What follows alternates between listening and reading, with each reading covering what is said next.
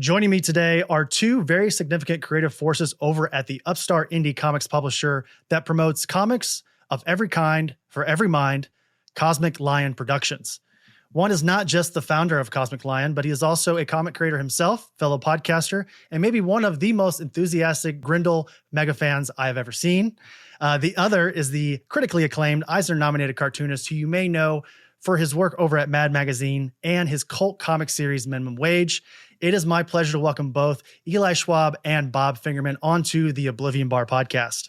Hey, Chris, how's it going? Good to see you. It's good to see you as well. Bob, you had a very well-timed cough right there as I introduced you. I'm a pro. You know, I like to keep all my eruptions on mic, not off mic. I appreciate you getting that just out of the way right at the beginning. That's perfect. And it's a nice sort of break at the very beginning too, because it's such a pleasure to have both you guys here today to again talk about CLP, a lot of the great stuff you guys are doing over there. Eli, I mean, I think what I'm most excited about in this conversation is, you know, of course, I'm very happy to have Bob here on the show and discuss all of his work, not just at CLP, but also prior to that.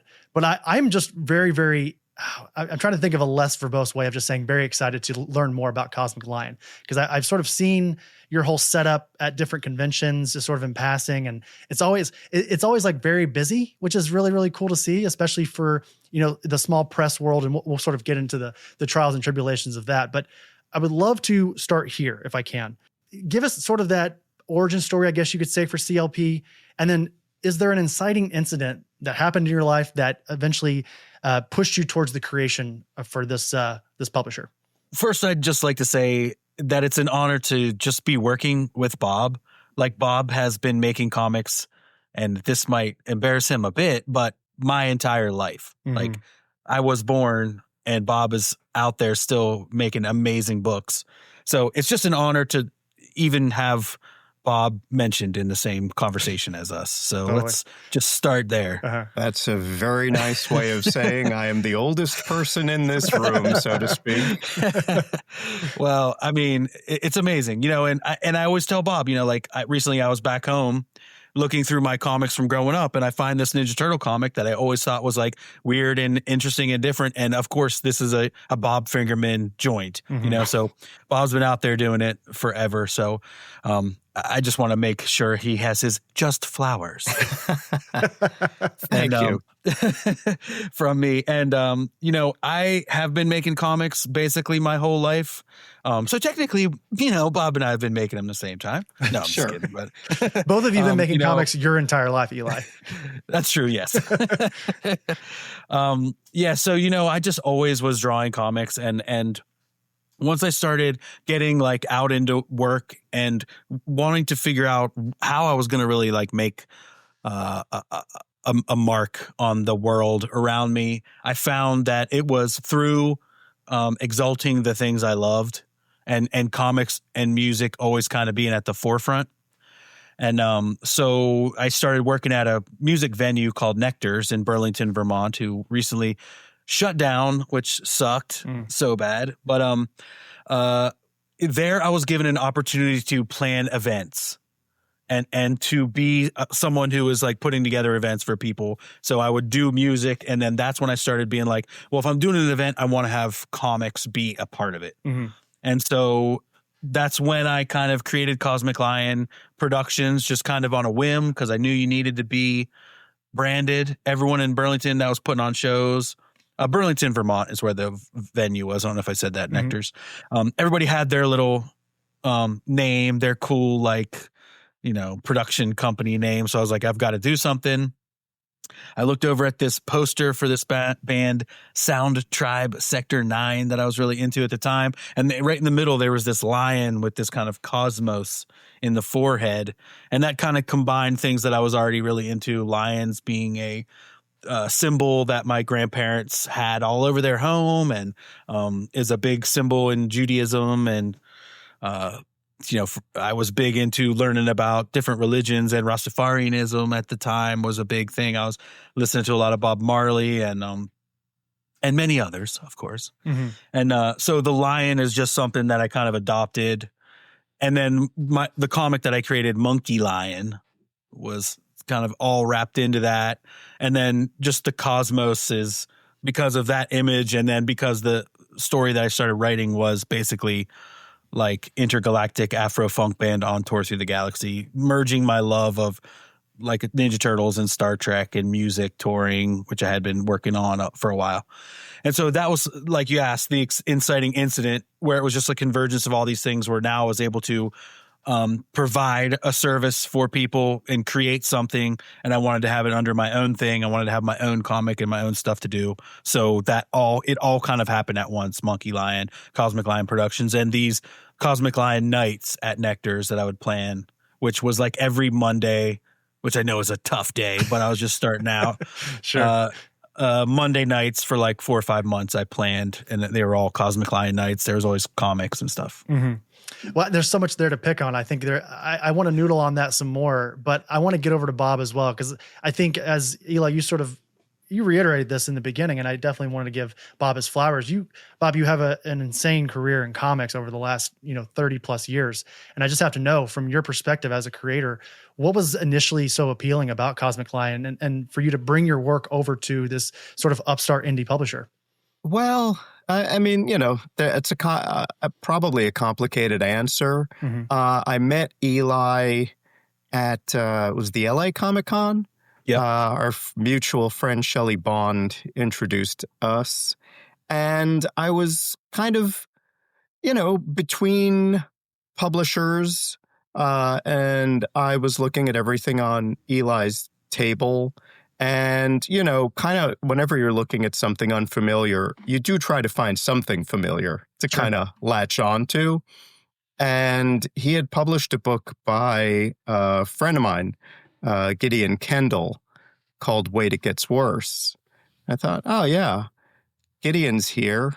Because, anytime you approach a publisher, you don't know what you're getting into. Mm-hmm. So I reached out to Gideon. I said, I met this guy, Eli. He seems like a nice guy. Is he legit? You got to do your due diligence. Mm-hmm. uh-huh. And Gideon reassured me and assured me, he's like, yeah, he's legit. You should talk to the man. So basically, I had a project. I thought I couldn't necessarily say it would be a good fit because you never know. My project was very different than the stuff Eli had on his table. But, I knew it was a good book. I thought the quality of it would appeal. And so, yeah, we got together, I think, for lunch at a place called Alcove.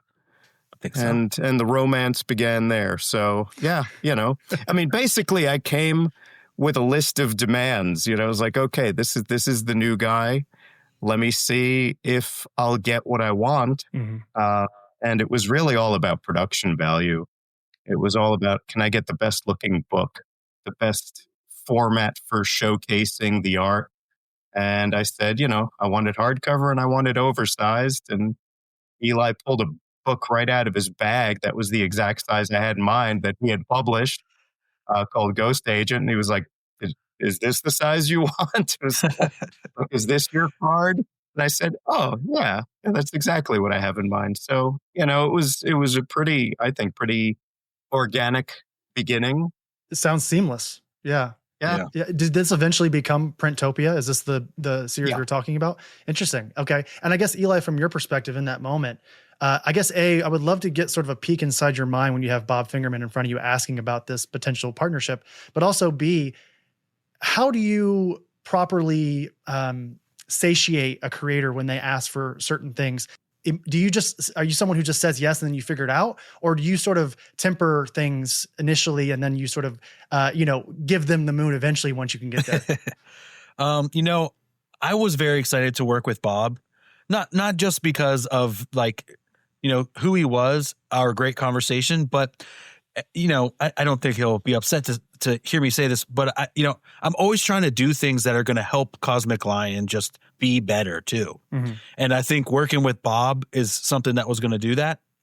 This is a great book that I knew, it was glorious and it was beautiful. And upon my first looking, it was just like a new like vine growing out of the body of Cosmic Lion that I knew could grow. And so, I did just say, yeah, let's do it. I was very excited. I read the book and I was like, I love this. I put it on my iPad and read it. And like, I think that in that first meeting, I was just like, yeah, let's go for it. Mm-hmm. I don't think there was much, I went there for lunch and we didn't get any food, and we like talked for like a few hours. And by the time I was done, I was like, I am so hungry. I didn't take care of myself for like 3 hours because I was like so into this conversation, so like, Sure. I think it just was, I think just sparks flew immediately and I was ready to go. Mm-hmm. And that's how most of this for me is on feel and immediate. Like sometimes for me, when I'm given a submission, I know like this instantly whether I'm going to like it or not, or whether I want to move forward with it or not. Like it almost grasps me like immediately. And if it doesn't, I'll read and dig in a little bit more. But when it does, when I do see it and it gives me that immediate spark, I'm like, let's go. I also already had lined up all the blurbs for the book. And Well, I remember now. you said something, like, well, if they're endorsing it, Well, if Matt Groening says it's good, it's got to exactly. be. Yeah. Well, I'm going to be like a dirty name dropper here, but I think it sort of coincides with what Bob is saying here in terms of, I think for creators as they get long in the tooth of their careers and they sort of establish themselves as, I say that respectfully, Bob, I hope that doesn't come off across as, we keep making fun of your age, and I promise you that's not going to continue. But like when you've established yourself in this medium and in this industry, I think one of the most important, if not the most important thing that you can ask for from a publisher, especially a small publisher, is freedom, right? And I've heard that we've had Christopher Priest on the show here recently. I don't know if you've heard of a little indie creator called Tom McFarlane. He's talked about constantly about his career, sort of like what happened in his career and how basically freedom is what drove him to where he is now. And you keep hearing this over and over again about this freedom. And I don't know if that stems from people being burned by the big two or if there's certain rules at other publishers. But Bob, I'm just curious, throughout your career, and I think we can all agree in this conversation that when you see a Fingerman original, it is so, that's who that is, right? There's almost no mistaking it. I'm just curious, as you've gotten, throughout your career here recently, I'll say, even before CLP, have you gotten a lot of resistance from people who just want to sort of maybe micromanage or dictate how your series is printed and distributed or even read? No, I don't put myself in that trap. I mean, I think you can second guess a career till your dying breath. And, there are definitely things where I think, well, if I had done this differently or that differently, maybe I would have a bigger audience or this or that. But I've always stuck to my guns about what I want. For good or for ill, because it's an art form. And like the worst place to start from for me is a place of compromise, which is not to say I'm unreasonable. I'm a big believer in if you have a good editor, your work will probably be better for it. But someone saying don't do this and don't do that because, and then they have some either justification that has to do with some perceived market. This is what the market wants or this or that. You've lost, because I have a voice, it's a distinct voice. It's not a voice everyone is going to respond to. That's fine though. I think the more anodyne the work, that's that whole thing of like, let's appeal to the broadest audience possible. Well, instantly, that work is going to shrink in its daring and originality. A thing that's made for everyone is made for no one. Yeah, exactly. So, the first audience for anything is myself. Would I want to read this? More importantly, would I want to spend the next year or whatever writing and drawing this? This is the other thing about comics is, at least the way I do them, it's a very labor-intensive process. So I'd better like it or it's going to be a real misery. One of the only things I ever did in my career that and even there, I didn't do it because I was thinking of a market. I just thought, well, let me try something different. The very first graphic novel I did was a thing for Dark Horse called White Like She that was serialized over 4 issues. And I drew it in a style that was absolutely different than anything I'd ever done. And I almost instantly regretted it, but because I was like, oh God, I've committed to this thing. Now I've got to do it. But even that was a learning experience. You have to try something before you know it's a good fit or a bad fit. So I don't really regret anything I've done creatively. But yeah, generally speaking, I think even when working with publishers like Dark Horse or big publishers like that, generally speaking, if they hired me to do something, it's because they wanted me to do it the way I do things. So, so that's been pretty good. Yeah, it's interesting. I think that lesson happened to you so early in your career is not sort of that's not an obscure moment. I think a lot of creatives, especially those that have wanted to tell stories in comic form, learn pretty quickly that you're either going to take the long road via small press, or you're probably going to end up doing like a Venom tie-in over at Marvel. Like that's where your career generally starts, at least in today's world. I'm sure it was probably a lot different when you were first getting into the industry, Bob. Well, I think it also starts from what inspired you in the first place. And I know I'm an outlier in comics in that I did not read comic books when I was a kid. I just didn't. I'm not a superhero guy, never been a superhero guy. It's like, so in a way, the wanting to do characters and trademarks that belong to somebody else was never something I wanted. It's like the stuff that I responded to was very individualistic right out of the gate, like from when I was a really little kid on. Underground comics, I probably was introduced to them a little younger than I should have been, but not too young. But, even the creators I looked at, people who end up doing comic books, you don't hear Jules Pfeiffer as often as, say, you hear Jack Kirby.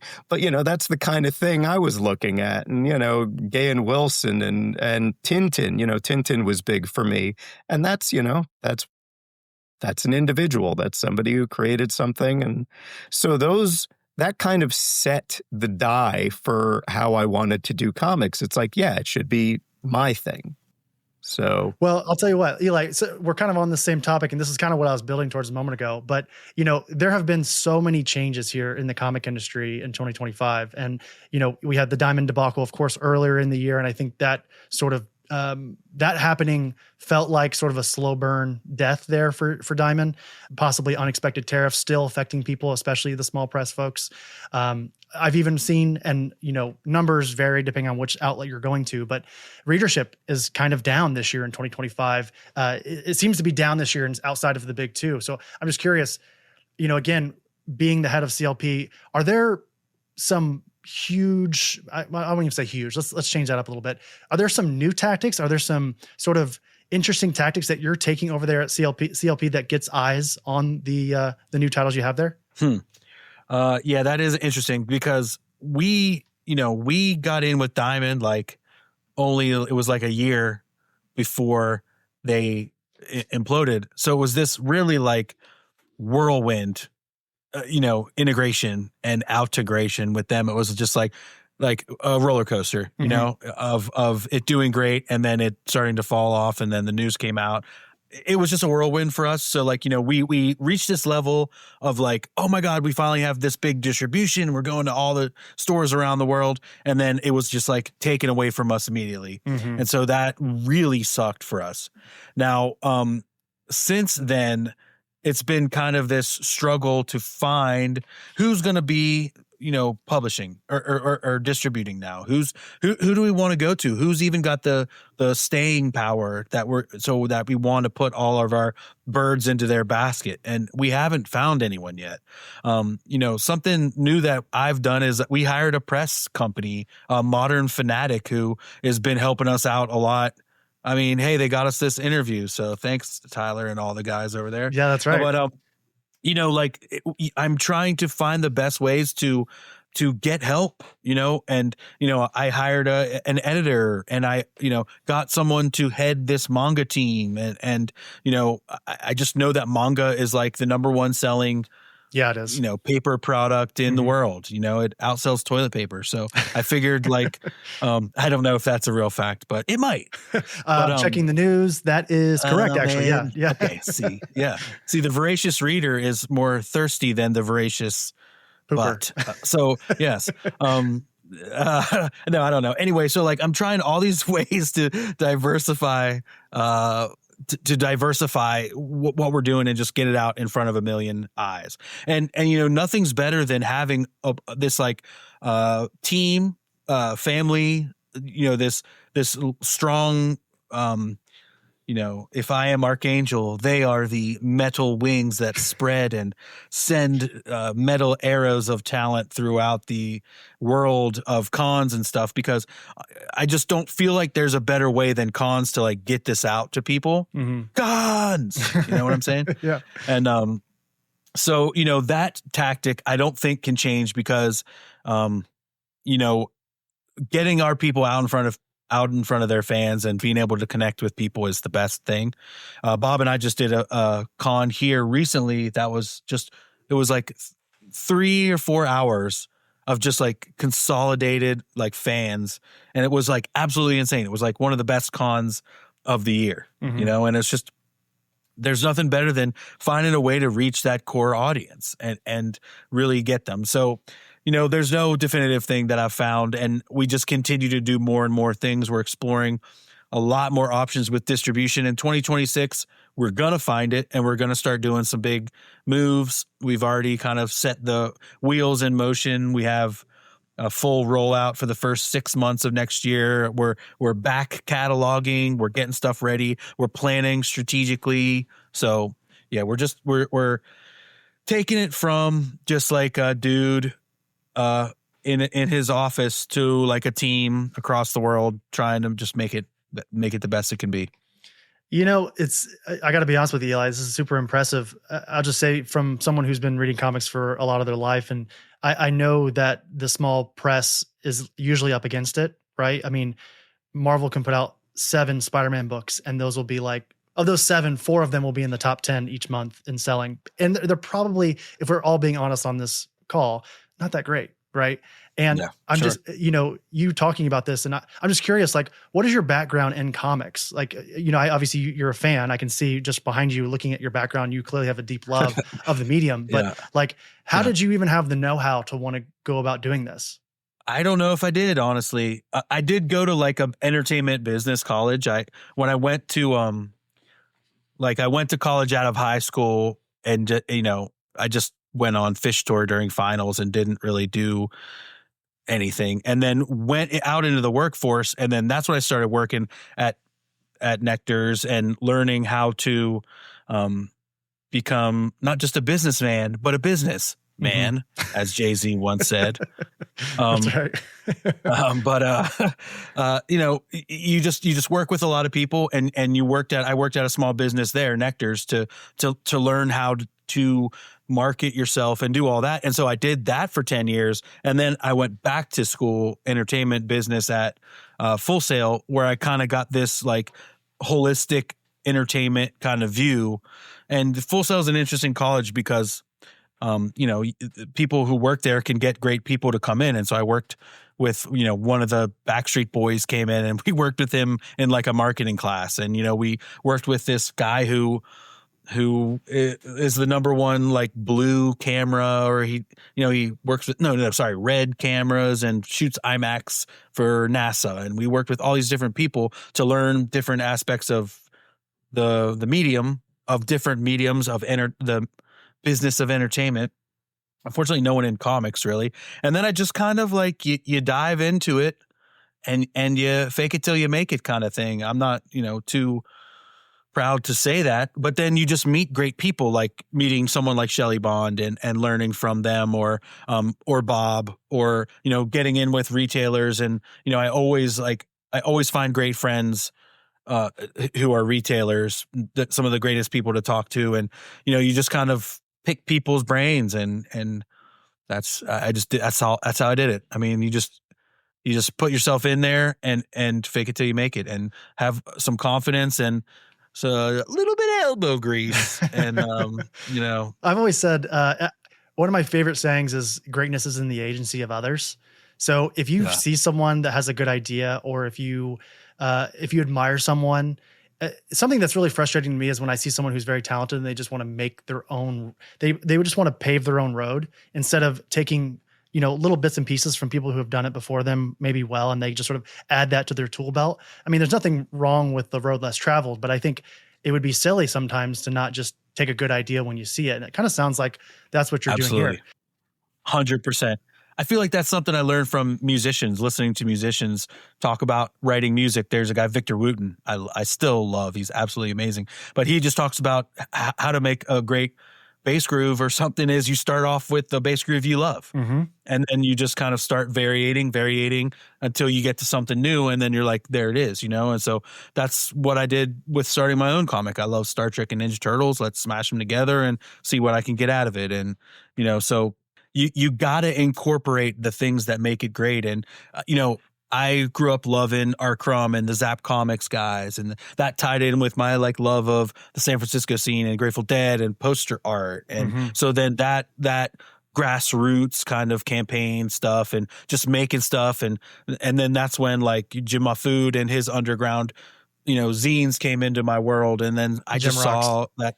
Yeah, dude. And then I actually have that first comic I bought in a little frame back here. Oh, wow. But and I just was like, okay, this is just paper photocopied and stapled together. So then that informed me on how I could next, so it's just those little things, and I just stole it, not steal it. You incorporate it. You are the thing, the blob that just absorbs. And yeah, absolutely. I guess I'm going to ask the question slightly different, Bob, because I feel like you have to have a great perspective on this. Gosh, I'm putting a lot of pressure on you now by asking it like this, but I guess in a very similar light, from a creator's perspective, or just someone who's just, loves the medium in the industry, what are some of the biggest challenges you think facing indie creators and just indie comics in going into 2026? Oh boy. Yeah. Pearls of wisdom. I don't know. And I don't know. You say love the industry. I don't think I do love the industry. He's honest, everybody. Yeah, it's one of those things where it's like, I love the medium. I love the medium of comics. I love creating comics. Do I love the infrastructure? Yeah, as it used to say on my report card, needs improvement. So, but the thing is, I mean, again, I'm the dinosaur here. Been doing this professionally for 40 years. One of the books that actually next month comes out from Eli, from Cosmic Lion, is my book, That's Some Business You're In, the title of which comes from my father, because every time I would talk about what I did for a living, he would just shake his head and say, that's some business you're in. So seemed appropriate. But I mean, it's a book about 40 years of doing this professionally. Forget about the years I did it just coming up. And the thing is, when you start a career at a certain time, you think things somehow are set in stone. What you don't realize is everything is always changing. People change, the world changes, industries change.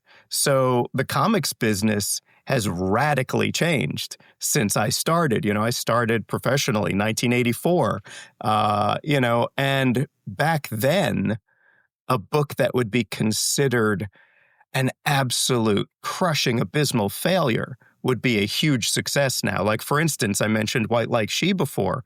When Dark Horse published that, the reason they didn't put it out, they didn't do the collected version as a trade paperback, is because it only sold in the 10 to 15,000 range. Mm-hmm. So it was kind of a fail. Those are absolute Batman numbers now. I was going to say, now you would literally kill somebody to get those kind of numbers. So the thing is, it changes. So when I look ahead at 2026, I look at the beginning of every year it might sound like it's in spite of what I'm saying, with optimism. I don't move forward. I wouldn't keep doing this if I didn't have some sense of optimism. But I also have learned, and it was a hard lesson to learn, to basically manage one's expectations. That's a huge thing.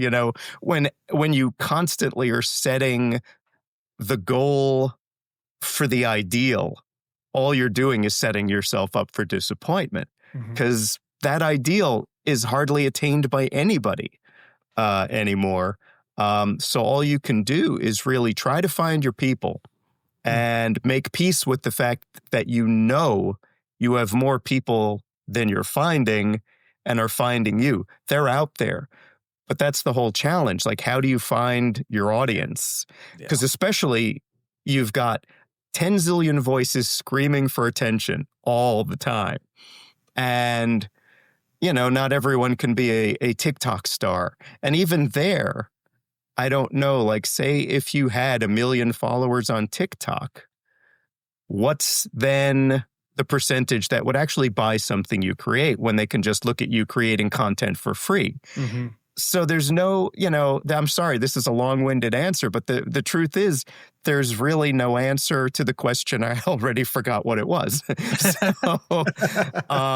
The question was, I want Bob just to wax poetics for 5 to 7 minutes. You succeeded. Well, You succeeded. Then you teed me up. The funny thing about the TikTok star thing too is you may get them to buy that first book, but then they usually don't come back for a second because they bought it because they're buying into your videos, not because they like to read comics. So it's more important to get them to buy issue 2, issue 3, or a new title, to how do you keep the repeat?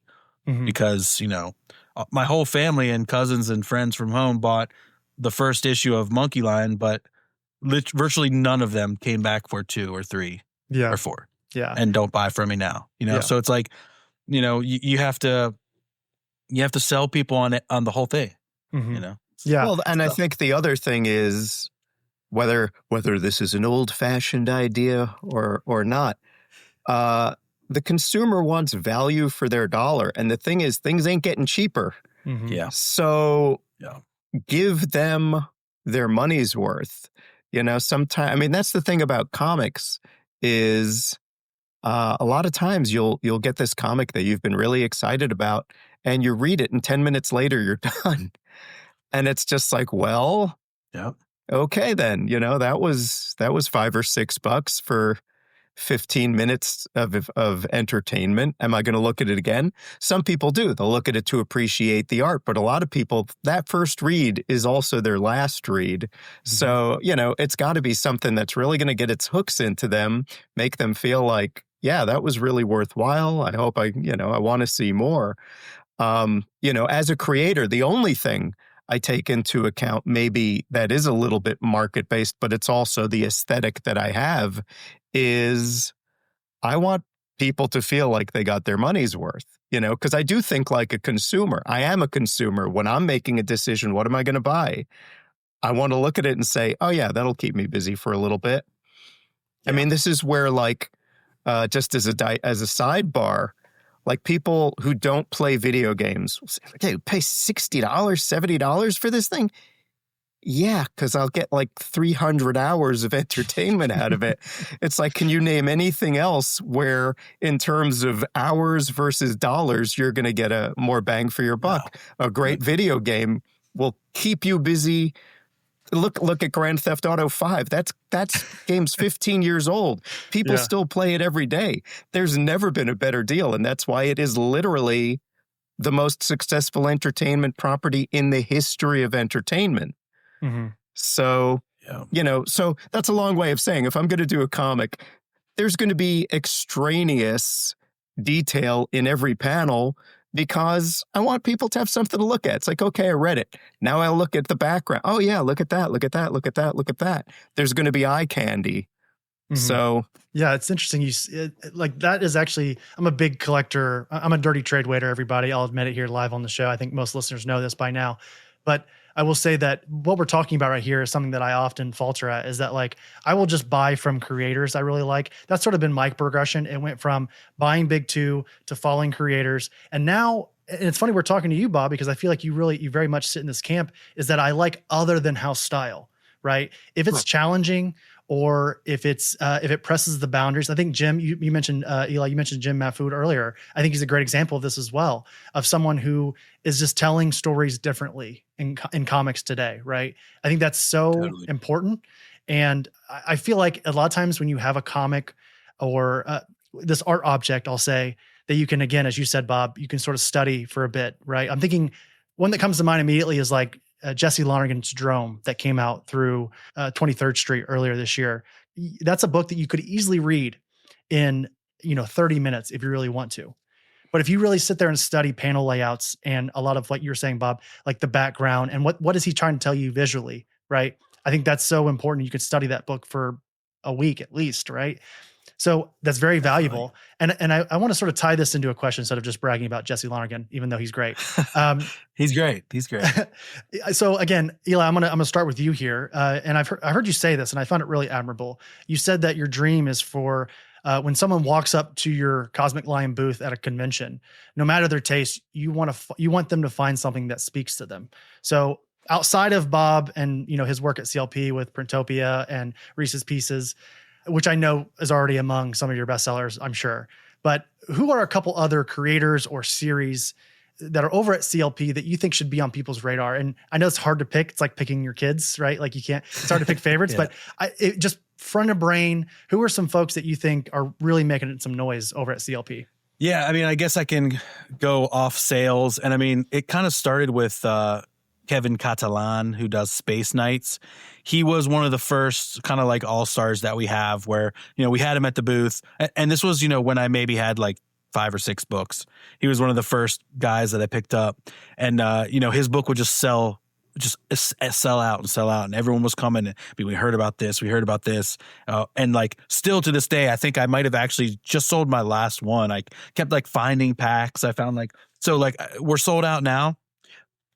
Although I do have 2 that are printed upside down. If you guys are in upside down and some backwards, misprints. So a couple oops, in there.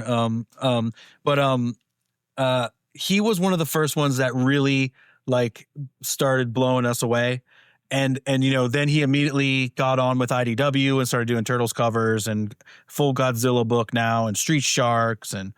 At San Diego Comic-Con, they had his Street Sharks piece humongous on their backdrop and he didn't even know, and not that that's bad, he signed a contract. They don't have to tell him, but, so I sent him the image and he was just like, whoa, and so like Kevin Catalan was one that really blew us away. And Kev had a lot of people that followed him who came to me to pitch. One of them being Siraji, who is also on DC Digital right now. He's doing a book called Nightwing, Nothing But Nightwing, BUTT. Okay, And, I get it. He did that, and he did a Superboy. It's like a digital comic, and his work is absolutely stunning. And then again, Morgan Herron came out and he was killing it with Frankie Boy Monster. And then now that led us to Raymar Brunson, who Raymar is like absolutely destroying it with Ghost Man. 2 issues of Ghost Man out. He's working on the 3rd one now. He put out a biomechanical protector bone grinder.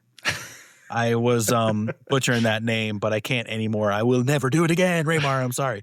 And then now he's worked. Oh, and he also did Detective Pickle PI. Yes, he's all 3 is the slogan of that one. He's a detective, he's a pickle, and he's a PI. It's like a kind of humorous noir. And he's working on a super secret project with a huge creator right now. A guy like a Hollywood guy that we knew that came through and pitched us this book. And so Raymar's working on that. The first issue is going to be done next year. And so Raymar's absolutely destroying it. Like, I could just go on. Ghost Agents, all the creators that have worked on Ghost Agents with us, many of which spun out to do their own stuff. Ben Perkins is an amazing artist that did Ghost Agents and killed it.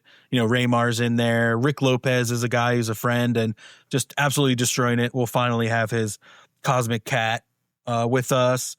Ro Higashi, who's the head of our manga team, absolutely like mind-blowing manga art.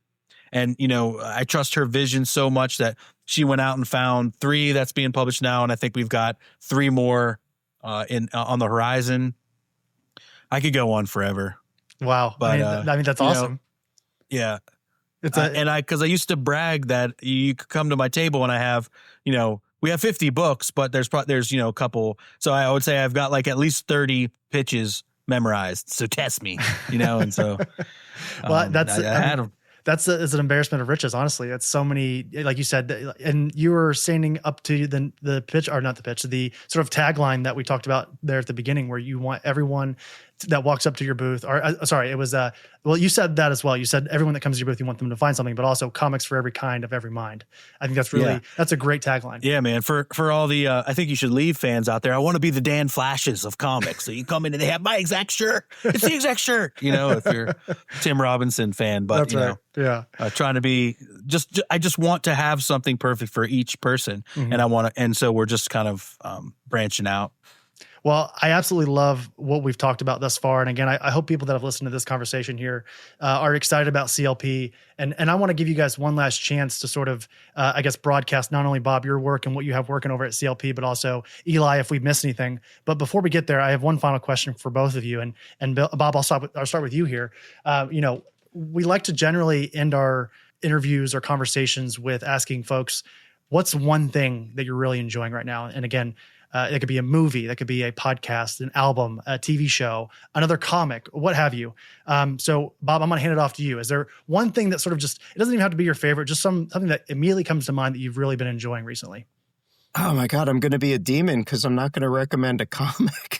But I've been listening almost nonstop to this Italian doom metal band called Mesa. And oh my God, that's just the soundtrack of my life these days.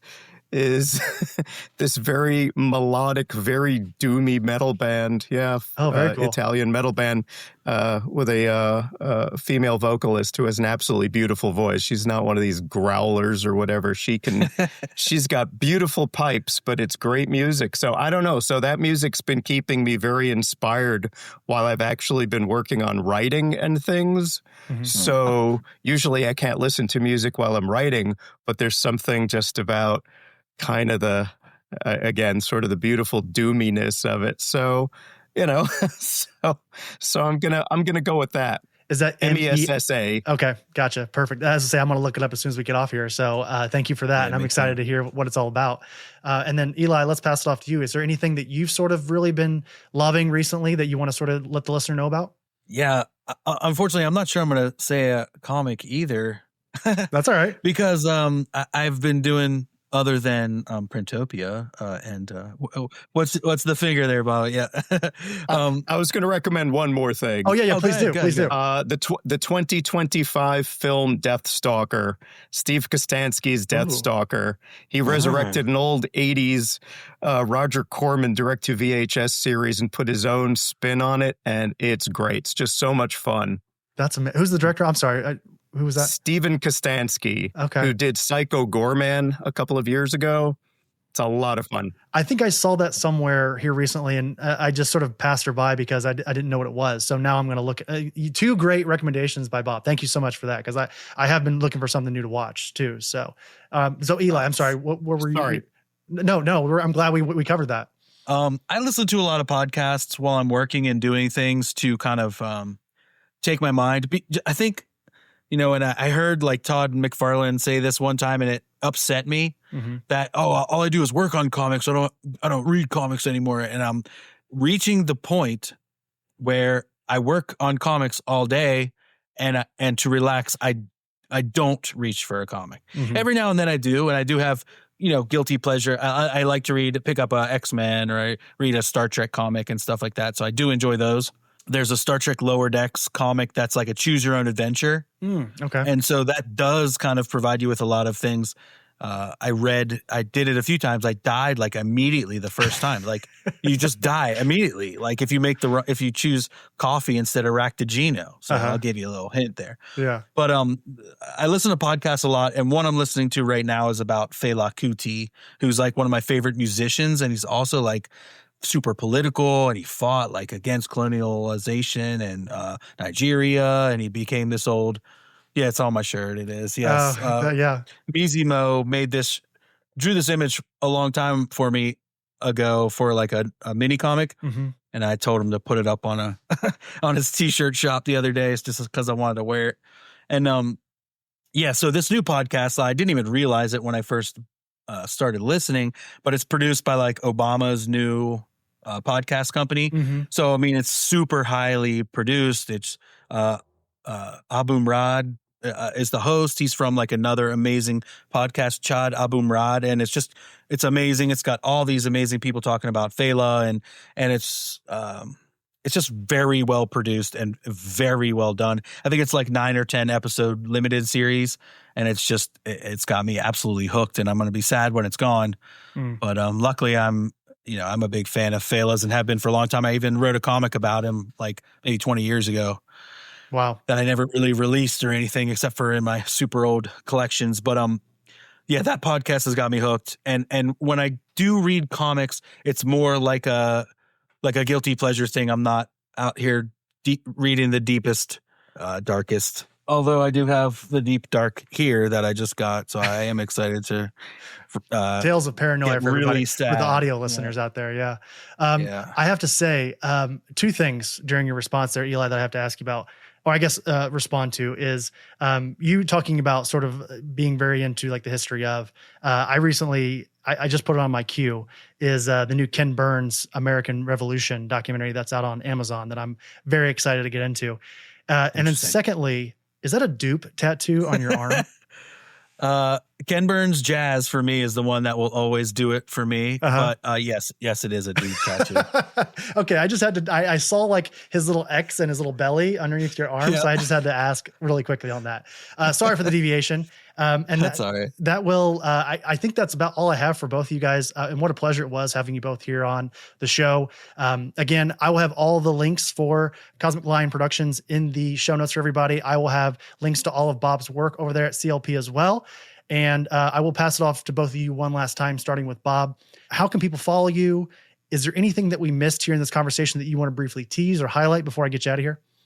Well, I mean, just the 3 books from Cosmic Lion, Printopia, which, since this will be airing after the event, I have just found out won the Best Humor Book, a 2025 award from the Tripwire Awards in the UK.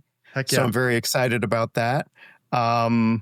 And Recess Pieces Reanimated, which is the radically revised version of my 2006 plain old Recess Pieces. This one has been forensically retooled and I think radically improved. And then the coffee table book of my career, That's Some Business You're In. I'm super proud of that. And this is an expanded edition. There was a crowdfunded version from Zoop last year, but this one is longer and better, I will say. Sorry, Zoop people, but this one's great. So yeah. Is that we were talking a little bit before the recording? You were mentioning that nothing has been officially announced as of this conversation. Is that what you were teasing beforehand? The award, yeah, because the awards are happening Wednesday night in London. So okay, that's amazing. So if this is Friday, the embargo will be over. That's good. All right, Eli, let me pass it off to you. Is there anything we missed in this conversation? And also, how can people follow you, Cosmic Lion? Again, I'll have links for everything, but just in case I missed something. Yes, absolutely. CosmicLionProductions.com is kind of the hub. We'll take you everywhere. We're Cosmic Lion Productions on most other things. Those books, Printopia is available on our website or through Amazon. The Recess Pieces Reanimated is up for pre-order now, and That's Some Business You're In will be up for pre-order very soon. They'll be shipping probably at the latest January. And just, we have a ton of new books. Lion Cosmique is our new anthology that I'm super proud of. This is issue 1. Issue 2 is getting printed right now. So this is kind of like our ongoing kind of like heavy metal-y type of anthology, sci-fi horror adventure with a mix of music journalism in there. And that is something I've been super proud of. I've been getting my kind of editing design chops back and going in on that. Just a galaxy of comics from us as well, you know, including working with some other old heads like Matt Howarth, who we have a bunch of new books coming out with Matt Howarth, who you might know of Savage Henry and Those Annoying Post Brothers. And just a ton of stuff. And we're constantly working on new stuff. Today, it was just announced that we're a sponsor rolling out with IC3, the new, or we had it the last 2 years. It was an independent convention, and now it was bought by comic art fans. And so we're working with them to kind of roll out this independent comic book convention that's going to be there in New Haven area again next year, but then also new ones at OAX and also in Jacksonville next June or July. And so I'm hoping to have a nice presence there and just, again, exalting the word of independent comics everywhere. I'm so excited to do that. My Grendel podcast, which you talked about briefly at the beginning, The Devil in Detail, the Grendel Reread podcast, is available wherever you get your podcast. And we chat with everybody from Matt Wagner, we've had Tim Sale on there before he passed. We have one of the most popular videos on my YouTube is me and Ben, my co-host, and we went and hung out with Joe Matt and walked around LA, and we do this kind of roving interview with Joe Matt, another amazing dude who is no longer with us. But there's just a wealth of stuff over at our YouTube. And I don't know, man. I got tons of stuff. Back issues of Cosmic Lion Radio, my music podcast, where we talk to creators of comics, music, and film and build mixtapes. Yeah, is available. And I don't know, man. Just check it out. Got a lot of things, Eli. There's. I mean, you got your hand. When I was going, just as a last thing, as I was going through preparing for this conversation, I mean, Bob has been in the industry for 40 years, and somehow you have like an insane amount of things on your website of things you're either working on now or previously worked on. That includes like 3 podcasts, a publishing company. Like you're doing a lot is what I'm trying to say. Yeah, I mean, the glories of the modern world of internet and Zoom and all that stuff makes it a lot easier. So then, probably 35 of the, or 30 of the years Bob's been doing it, I probably wouldn't have been able to do what I do in 1984. One, because I would be only 0 years of age, but also, just like he said, the world's different now. And so yeah, I'm taking advantage of it as much as I can. That's right. Well, again, Bob, Eli, thank you both so much for joining me here today on the Oblivion Bar podcast. It means a lot. I'm excited to get this out to everybody and get them, if they're not already tracking what's going on with CLP, now they are. And I would love to get you guys back on at some point, either individually or together again. But until then, take care, and we'll talk to you next time. Thank you so much. Cheers.